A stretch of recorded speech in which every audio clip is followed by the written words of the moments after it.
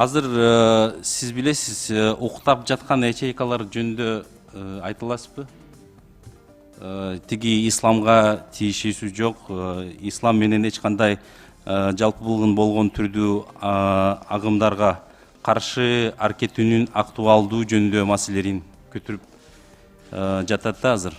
Алим Загарович, азыр ушул сиз айтып кеткен, мен да айтып кеткен спящий ячейкалар боюнча иштер жүрүп атат. Анын аларды кармоого же аларды баягы тышка чыгарганга аракет кылып атабыз да. Бүт аракеттерди кылып атабыз. Азыр мен айта албайм канча саны, канча спящий ячейкалар бар, бирок бар да. Аны менен иштеп атабыз да. Кандай иш болуп атат азыр ал менен? Баягы мыйзам чегинде оперативно-розыскный мероприятиялар болуп атат, маалыматтар түшүп атат. Айтып кетсек, чет мамлекеттерден да маалыматтар келип атат. Мындай спящий ячейкалар боюнча конкреттүү адамдар да чыгып атат.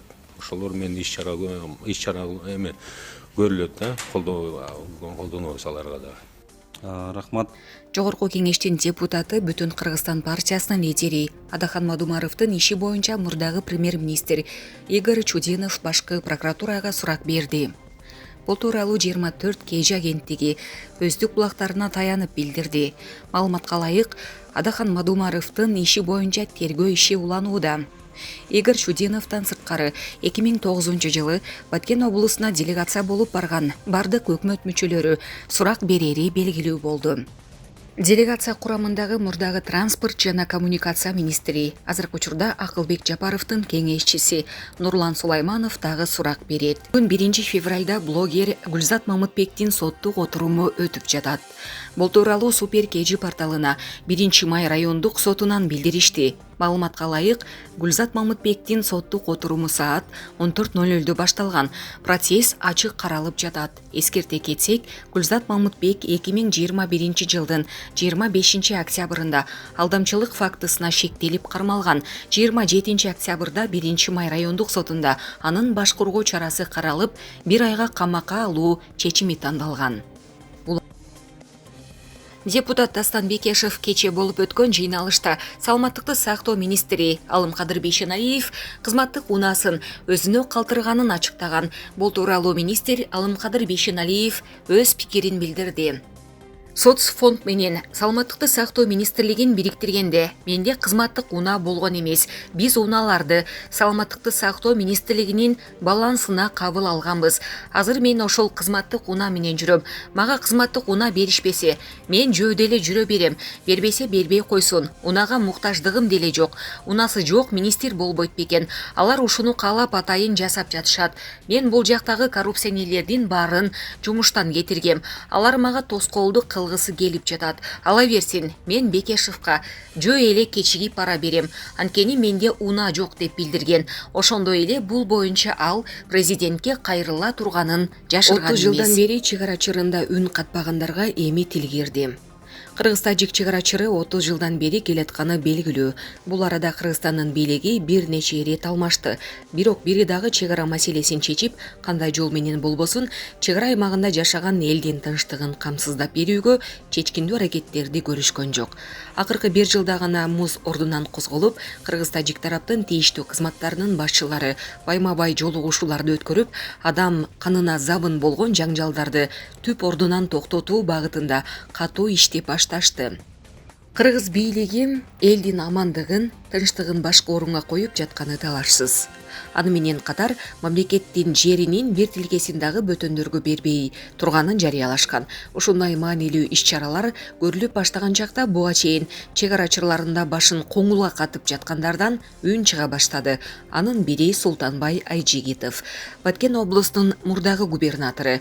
Чырдуу аймакты башкарган жылдары чегараны чечүүгө кандайдыр бир салымын кошкон болсо, куру дегенде жигердүү аракетин көрсөткөндө тарыхка жазылып калмак. Азыр бул кишинин губернатор болгон кезде жасаган иштерин казып аңтарсаң, көзгө илнээрлик эч нерсе чыкпайт. Анткени менен абдан акылдуу экен. Түштөн кийин бийликтин чечкиндүү аракеттерин сынап, элге туура эмес маалымат берүүдөн качкан жок. Ушул акылын, тажрыйбасын, билимин, баатырдыгын эмнеге губернатор болуп турган жакта колдонгон эмес деген ой пайда болот.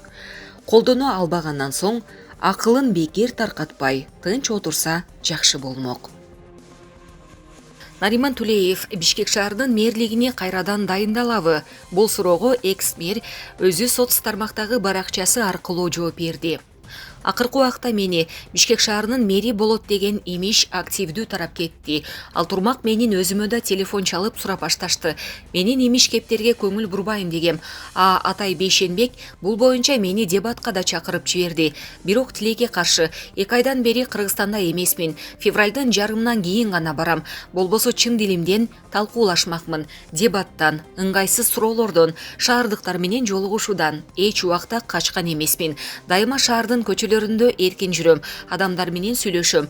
Ал турмак өлкөдөн чыгып кет, болбосо камайбыз дешкенде да качпагам. Ошондуктан эгерде суроолоруңуздар болсо, барганымдан кийин жолугушууга жана кандай суроо болбосун жооп берүүгө, дебаттарга катышууга даярмын. Кайра барганымдан кийин кыргыз тилдүү гезиттердин бирине кеңири маек берип, эмнеге шайлоого барбаганымды, эмнеге мэр болгум келбегенин түшүндүрүп айтып берем. Андан башка да суроолорго жооп берем, деди Нариман Тулеев. $2000 деп жазып коюпсуздар да. $2000 Macintosh, Apple'ды эң жакшысын алсаң болот. Анын да башы жетпей калат. Эгер Lenovo'ны алсаңыздар, ал $400 дагы болбойт да. Ошо окшогон сметаны көрүп туруп, анан оюң ар деме кетет экен. Балким мен бирдеге түшүнбөй атам. Менин оюм, пикирим жакшы, таза эле болуп атат эми. Тазалаңга аракет кылып атам. Ошолорго көңүл бөлсөңүздөр. Бирок өткөндө министрдин орун басары айткан, сиздер макулдук берсеңиздер, биз муну дагы деталдуу иштеп чыгабыз деп. Ошо деталдуу сметаны күтөбүз. Ошондо ноутбук дебей, ноутбук Lenovo маркасы мынча бияктан алабыз деп туруп, деталдуу түзүп берсеңиздер. Балекеттин баары ушундан башталат. Биз кол коюп беребиз, колдоп беребиз. Анан биз дагы табакташ болуп калабыз да силер менен, эгерде бир жаман иштерди кылсаңар.